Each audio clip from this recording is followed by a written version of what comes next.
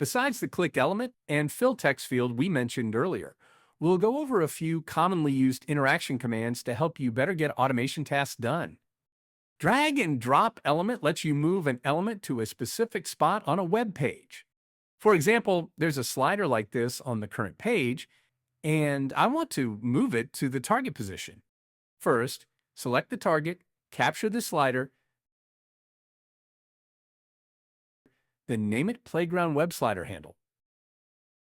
There are two ways to drag it. The first is to drag to a specified position, which means setting the coordinates of the target spot, and the method is very simple. If the target position is the middle of the slider bar, move your mouse there and hold down Ctrl and Alt. The coordinates will be filled in automatically. Click Done, run it,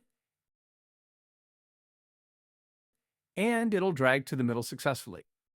The other way is to set it to drag to a specified element, so you need to capture a specific element. For example, drag it to this input box and name it Playground Web Slider Input.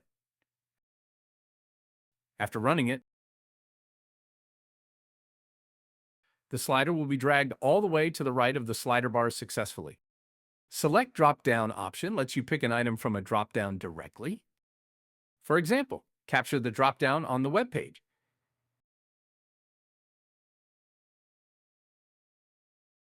And name it Playground Web Dropdown. You can select by text or by index.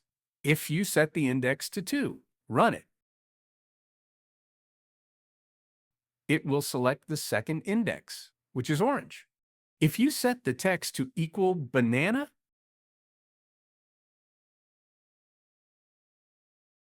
it'll automatically pick banana. You can see there's another drop-down on the right. Can we check it out? Let's give it a try. Copy the commands, capture the right drop-down.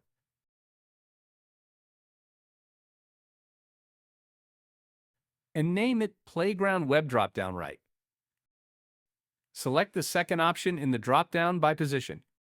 Click Done.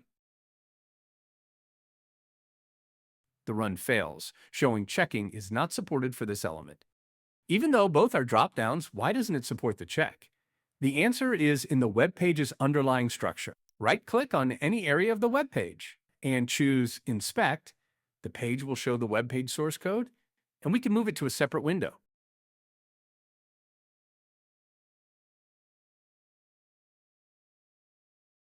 Click the arrow in the top left, select the left drop-down, and you'll see it's a select tag with the 5 nodes below matching the 5 options. Each node is an option tag. A structure where a select tag contains multiple option tags is the native drop-down structure. Then locate the right drop-down. It's a div tag, not a select option structure. So it's a custom drop-down, and custom drop-downs don't support select drop-down option. So how do we handle this custom drop-down?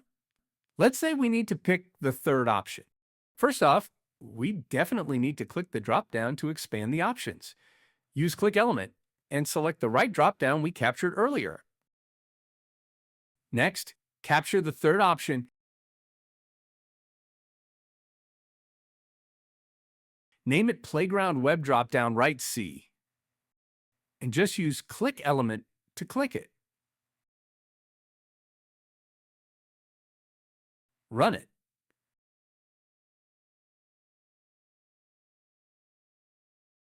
And it clicks correctly. If we need to pick the second option, we'd have to capture the second option again and then click it. Then how do we pick an option where we know the content but not the position?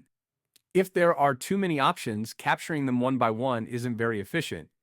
It's better to pull up the options one by one, then check if the option text matches the target text. If it does, click it. This way of grabbing elements one by one and processing them in order calls for using loop through similar elements. Capture the similar elements.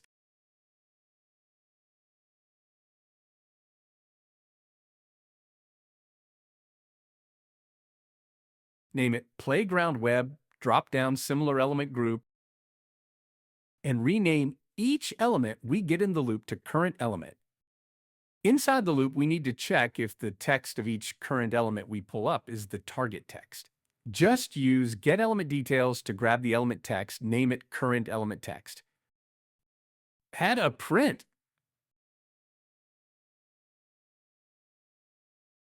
Run it. And the text content of the 4 options prints out in order. Next, add a condition to make the dropdown automatically pick the 4th option. Search for if. Set operand 1 to current element text and type D let software robot help for operand 2. When the condition is met, use click element to click that element.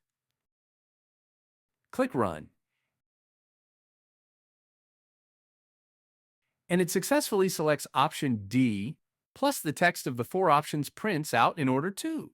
If you want to pick the second option, change the comparison value in if to B, unreliable work done by hand,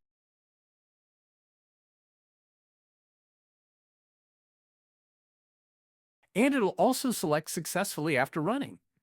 At this point, the log printed the text of all 4 options, meaning the loop ran all the way through. But in reality, we already found the matching item when looping to the second element, so the next 2 iterations are just unnecessary work.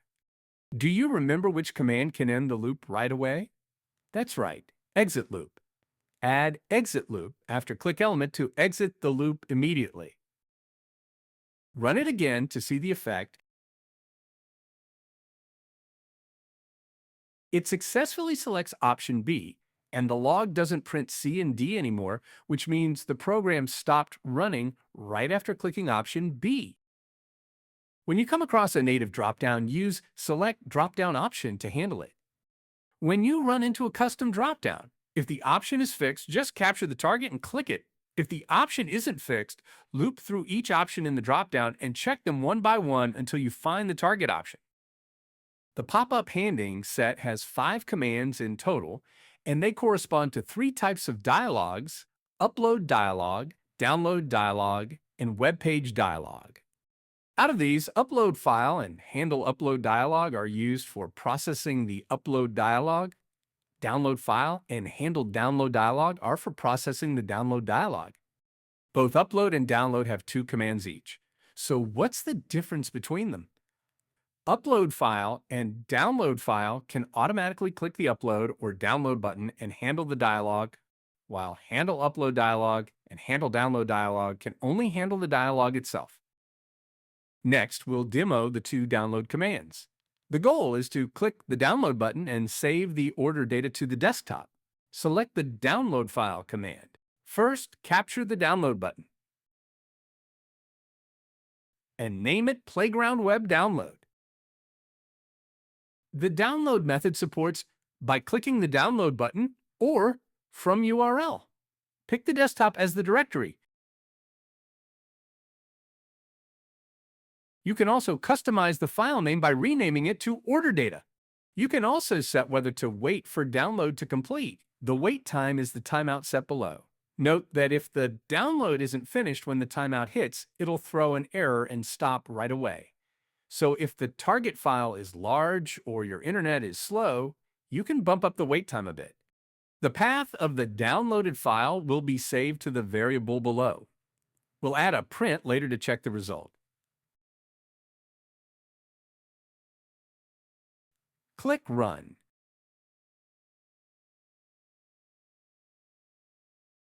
It takes a bit longer than usual to execute, since it's actually waiting for the file to finish downloading. The file path prints correctly.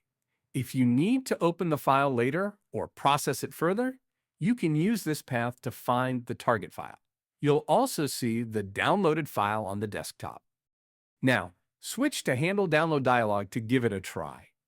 As we mentioned earlier, Handle Download Dialog can only handle the dialog step, so we first use Click Element to click the download button and make the page pop up the file selection dialog.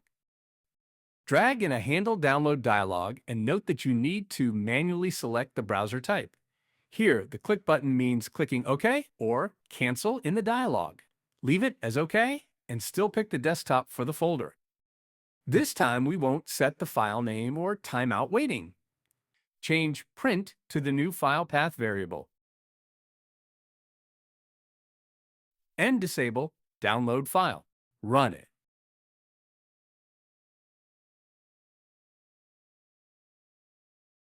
Since we didn't set waiting, it finishes faster this time. And because we didn't check Customize the file name, the printed path shows the default file name. If your web page doesn't pop up a download dialog when you're downloading a file, first check the browser setting called Ask Where to Save Each File Before Downloading. If it's turned off, turn it on first. Once you've enabled it, the dialog will pop up when you click the download button, and only then are the commands related to handling the dialog supported. You can also think about the 4 commands we mentioned earlier this way. Clicking the upload button and then using Handle Upload dialog works the same as using Upload File directly. Clicking the download button and then using Handle Download dialog is the same as using Download File directly. Finally, there's the interactive dialog that pops up when you click something on the page. This type of dialog is usually used to share information, get your choices, or collect input. Common actions include clicking OK or Cancel or entering some information. You can do all these actions with Handle Web Page pop-up dialog. It's super easy to use. Let's say the page stays in its current state. If you wanted to automatically click OK, just select the OK option. Since this dialog doesn't need any input, you don't have to configure anything below. Just run it, and you'll see it automatically clicks OK.